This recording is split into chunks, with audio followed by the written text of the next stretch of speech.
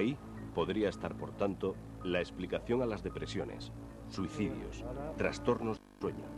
Y al reducirse las defensas que protegen de las células cancerosas, los tumores pueden aumentar con mayor facilidad. A partir de las 12 de la noche se ha de producir esa hormona y va decreciendo durante la noche para dejar de producirse por la mañana, y en mi caso era totalmente atípica, o sea, la producción de melatonina se inhibía totalmente durante la noche y sin embargo se producía a partir de las 12 de mediodía. Tras someterse a esta prueba en la Universidad de Valencia, Francisco Hernández sintió que había encontrado la causa de sus noches de insomnio, de sus dolores de cabeza, de sus depresiones. Durante muchos años no sabía a qué achacar tanto sus reacciones extrañas como las de sus hijos, hasta que un día se enteró, tras una fuga de agua, de que justo debajo de su vivienda había un transformador eléctrico.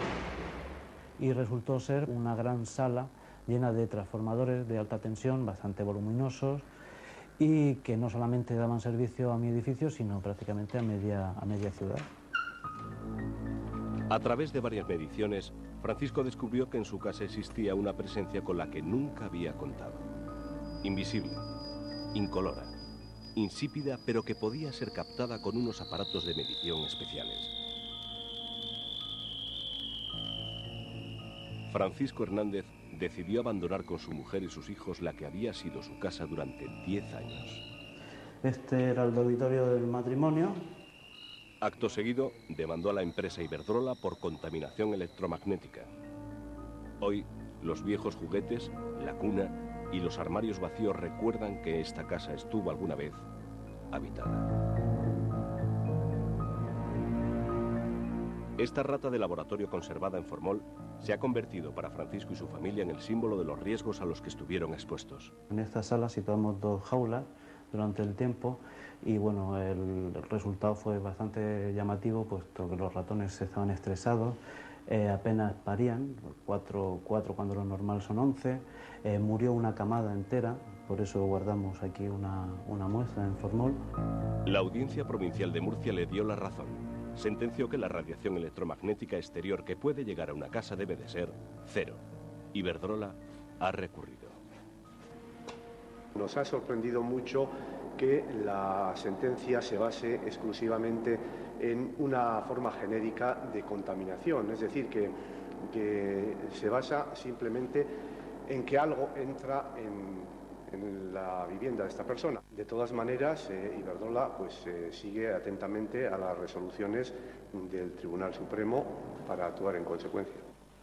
En el transformador de Quart de Poblet, Raúl de la Rosa continúa con las mediciones en los restantes pisos y extrae sus conclusiones.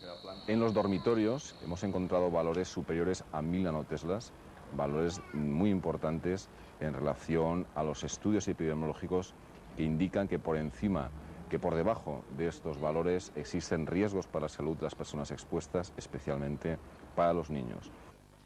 Merche Atienza sospecha que esto explica las distintas enfermedades de su hija Tania. 2 veces han tenido que ingresarla en el Hospital de la Fe de Valencia. Pero los médicos no han sabido decir por qué la niña se despierta a medianoche gritando que le estalla la cabeza.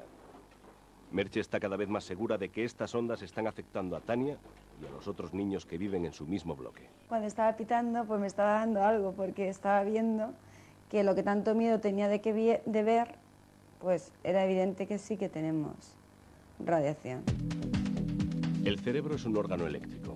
Cada estado de conciencia se corresponde con una frecuencia de radiación. Cuanto más alta, más despierto, más alerta, más estrés. Estas ondas se pueden leer ya con aparatos de biofeedback como este. Una investigación del 94 demostró que campos electromagnéticos extremadamente bajos podían modificar diversas funciones del cerebro y que este es sensible a estas radiaciones. Esto podría explicar las cefaleas, el insomnio, la hiperactividad o el cansancio. Para las empresas eléctricas, el temor que se ha extendido es infundado.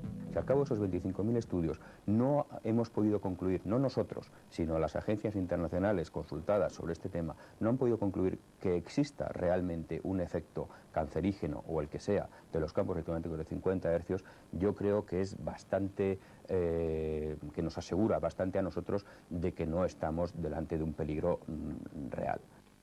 Sin embargo, un estudio del Instituto del Cáncer de la Organización Mundial de la Salud señala que no se puede descartar que a una exposición a partir de 0,4 microteslas no se dupliquen los casos de tumores cerebrales en niños.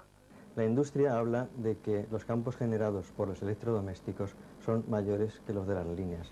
Esto es cierto, pero el decay, es decir, nadie duerme junto a un televisor encendido ni una nevera. Es decir, con que se separe 80 centímetros, 1 metro, el campo es cero. Sin embargo, si tiene una línea de 400 kilovoltios a 50 metros, en todos los puntos de la casa va a sobrepasar los 0,4 microteslas. Es lo que ocurre aquí, en Orcasitas. Jesús González vive con sus padres y su hermana Azucena a unos 50 metros de una torre de alta tensión. De las manchas, de ahí del cuello, se caía la piel, todo. El cáncer linfático sufrido por Jesús es la más grave, pero no la única enfermedad que habita en esta casa. Me mareé, o sea, perdí el conocimiento, me encontré muy mal, me empezaron como a zumbar los oídos así y como ganas de vomitar. Y cuando llamé a mis padres, porque claro, me daba todo vueltas, me encontraron en el suelo.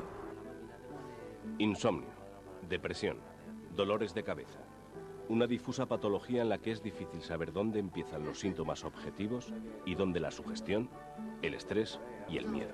Sí, pero bueno, al fin y al cabo vas recordando lo que has pasado y lo que estás. Las torres son malas, las torres, o sea, que se entierren, pero tampoco les voy a poner de culpables ni señalar con el dedo ni a la torre ni a nadie.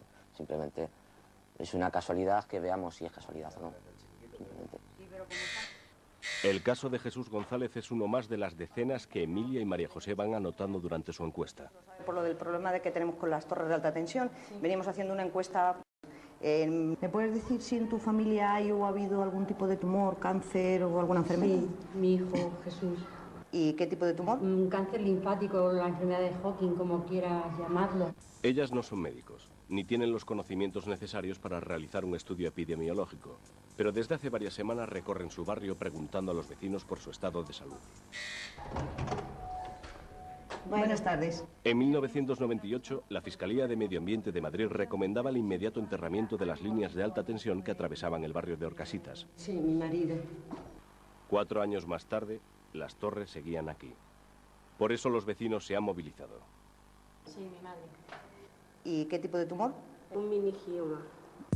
Aunque los datos que recogen los vecinos de Orcasitas no tienen más valor que el informativo, otros estudios epidemiológicos hechos por científicos llegan a las mismas conclusiones. Yo. Los investigadores del prestigioso Instituto Karolinska de Suecia han encontrado una asociación entre proximidad a líneas de alta tensión y una mayor incidencia de cáncer, especialmente leucemias en niños. Si fuera cierto que esos campos magnéticos fueran nocivos, provocasen leucemia, la probabilidad de que nuestro hijo adquiriese esa leucemia sería de un caso en 50.000, un caso en 70.000, una probabilidad muy baja en todo caso, y la leucemia se cura. A pesar de estos llamamientos a la calma, los vecinos del madrileño barrio de Orcasitas quieren comprobar por sí mismos si por estar más cerca de las torres de alta tensión en sus viviendas hay más casos de cáncer. A las 8:30 vienen a por ella. Lo que no es normal, por ejemplo, que en este bloque que vivimos 40 familias, pues hayamos sacado 22 tipos de cáncer.